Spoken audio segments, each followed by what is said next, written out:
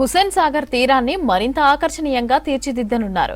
ఇప్పటికే సాగర్ కు ఆనుకొని ఏర్పాటు చేసిన People's Plaza, Necklace Road, Lumbini Park special attraction గా ఉన్నాయి. త్వరలో ట్యాంక్ బండ్ కు ఉత్తరాన సంజీవయ్య పార్క్ పరిసరాలకు కొత్త హంగులు తీసుకురాబోతున్నారు.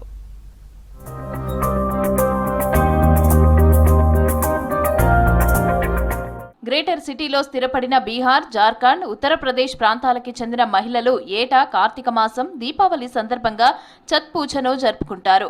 హుస్సేన్ సాగర్ తీరానికి వందల సంఖ్యలో చేరుకొని సూర్య భగవానుడికి, ఆయన సోదరి ఛతీమయ్యకు నైవేద్యాలు సమర్పిస్తారు. వీరితో పాటు బతుకమ్మ సందర్భంగా నిమజ్జనాలు కూడా ఇక్కడ ఘనంగా నిర్వహిస్తారు.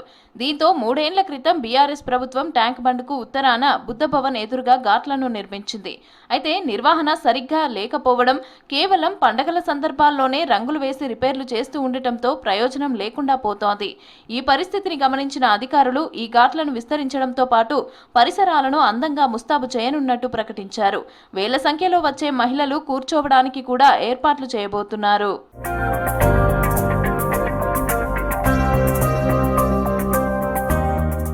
బుద్ధ భవన్ వైపు నుంచి సంజీవయ్య పార్క్ వరకు ఘాట్ల పునర్నిర్మాణంతో పాటు రివెట్మెంట్ వాల్ నిర్మాణానికి 3,16,00,000 ఖర్చు చేయనున్నారు. 5,424 చదరపు మీటర్ల గోడలకు తెలంగాణ సంస్కృతి ఉట్టిపడేలా అందమైన పెయింటింగ్స్ వేయనున్నారు.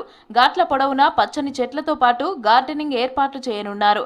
నెక్లెస్ రోడ్ వైపున ఏ విధంగా ఉంటుందో ఇటు సంజీవయ్య పార్క్ సమీపంలోనూ అలాంటి ఏర్పాట్లే చేయాలని నిర్ణయించారు.